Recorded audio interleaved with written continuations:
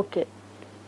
విన్నారు కదండి. మరి మీరు కూడా జాతక పరంగా ఎలాంటి సమస్యలతో ఇబ్బందులు పడుతున్నా స్క్రీన్ మీద కనిపిస్తున్న సిటీవిజన్ లైవ్ నెంబర్కి అయితే కాల్ చేయండి. గురుగారు ఇక్కడే మీ సమస్యలకు ఇన్స్టెంట్ గా రెమెడీస్ చెప్పడం జరుగుతుంది. ఎవరైతే తమ జాతకాన్ని క్షుణ్ణంగా చూపించుకోవాలనుకుంటున్నారో వారు గురుగారు స్క్రీన్ మీద కనిపిస్తున్న నెంబర్కి కాల్ చేస్తున్నట్లయితే కనుక అపాయింట్మెంట్ తీసుకుని వాళ్ళని నేరుగా వెళ్ళి సంప్రదించగలరండి.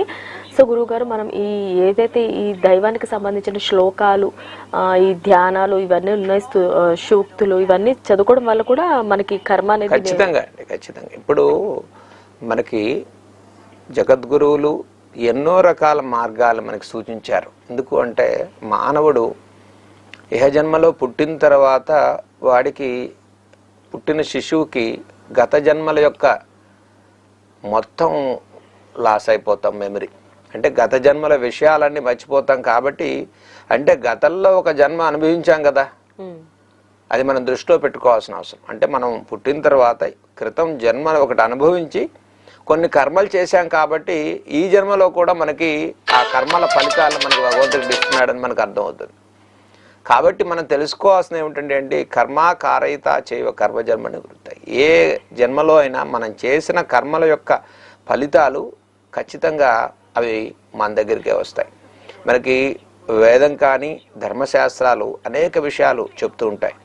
చూడండి, ఏ గోవు దగ్గర బిడ్డ ఆ తన తల్లి దగ్గరికే వెళ్ళినట్టుగా కుడివైపు పుణ్యఫలం, మనిషికి ఎడమ భుజం వైపు చెడు ఫలం, ఇవి రెండు యొక్క కర్మఫలాల్ని మనమే అనుభవించేటువంటి శక్తిని భగవంతుడు మనకి ఇచ్చి వాటిని అధిగమించడానికి అనేక మార్గాలు మనకి సూచించాడు. ఓకే గురుగారు, కాలర్ తో మాట్లాడిన తర్వాత కొనసాగిద్దాం. హలో హలో, నమస్కారం అండి. నమస్తే అండి, మీ పేరు? రాజేంద్ర ప్రసాద్. ఎక్కడి నుంచి కాల్ చేస్తున్నారండి? కామారెడ్డి. ఓకే, ఎవరి గురించి తెలుసుకోవాలనుకుంటున్నారండి?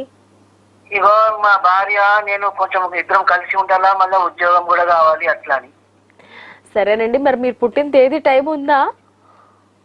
17 17 12 12 73. 73. ఓకే, టైం చెప్పండి. 6:30 సాయంత్రం. ఓకే ఓకే, ఏ ఊర్లో పుట్టారు?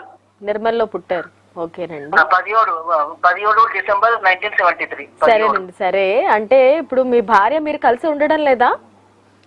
భార్య ఒక దగ్గర ఉంది, నేను ఒక దగ్గర ఉన్నా. భార్య వస్తా అంటుంది, ఫోన్లోనే అప్పుడప్పుడు మాట్లాడుతుంది అంతే. అప్పుడప్పుడు మాట్లాడుతున్నారు. ఓకే, మీకు జాబ్ కూడా సరిగ్గా లేదా అండి? జాబ్ ఇంతకుముందు చేసినా అది పోయింది అట్లా. ఓకే, మాట్లాడండి, గురుగారితో మాట్లాడి ఇవన్నీ చెప్పండి. గురుగారు మీకు పరిష్కారం చెప్తారు. ఓకేనా? మాట్లాడండి. సరే సరే అమ్మగారు. నమస్కారం అండి. నమస్కారం పంతులు గారు, నా పేరు రాజేంద్ర ప్రసాద్.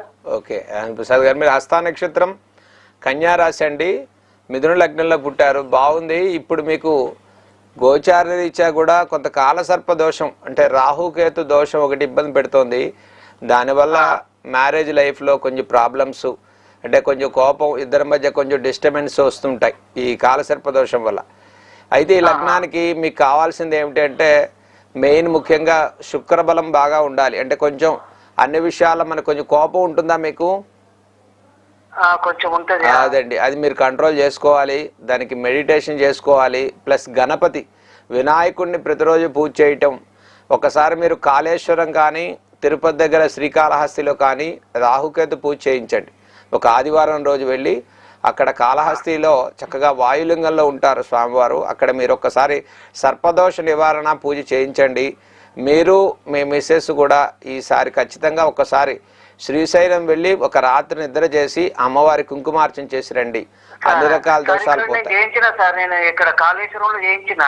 అది ప్రతి సంవత్సరం చేయాలండి, సంవత్సరానికి ఒక్కసారి చేయాలి. దీంతోపాటు మీరు ముఖ్యంగా చేయాల్సింది ఏమిటి అంటే ఈ జన్మ కేతు దోష నివారణకి ఇప్పుడు గణపతి పూజ చేయండి. 2024 ఏప్రిల్ తర్వాత పరిస్థితులన్నీ చక్కబడతాయి. అన్యోన్య దాంపత్యం ఉంటుంది. ఈ కుటుంబపరమైన విషయాల్లో బాగుంటుంది. ఆర్థికంగా కూడా మీకు ఈ నవంబర్ నుంచి కొంచెం బెటర్మెంట్ వస్తుందండి. షష్టమంలో శని బలంగా ఉన్నారు కన్యారాశి వాళ్ళకి. కాబట్టి మీరు చక్కగా శనివారం వెంకటేశ్వర స్వామికి గుళ్ళో ప్రదక్షిణాలు చేసి స్వామివారికి పూజ చేయండి. మీరు రోజు గణపతి అష్టోత్తరం చదువుకోండి. ఒక్కసారి మళ్ళీ కాళహస్తి వెళ్ళి ఇద్దరు కలిసి శ్రీశైలం కూడా వెళ్ళి పరిహారం చేసుకుని రండి. మంచి ఫలితాలు కలుగుతాయి. సరే పంతులు గారు, థ్యాంక్ యూ. ఓకే గురుగారు, చిన్న బ్రేక్ తీసుకుందాం, తర్వాత కంటిన్యూ చేద్దాం.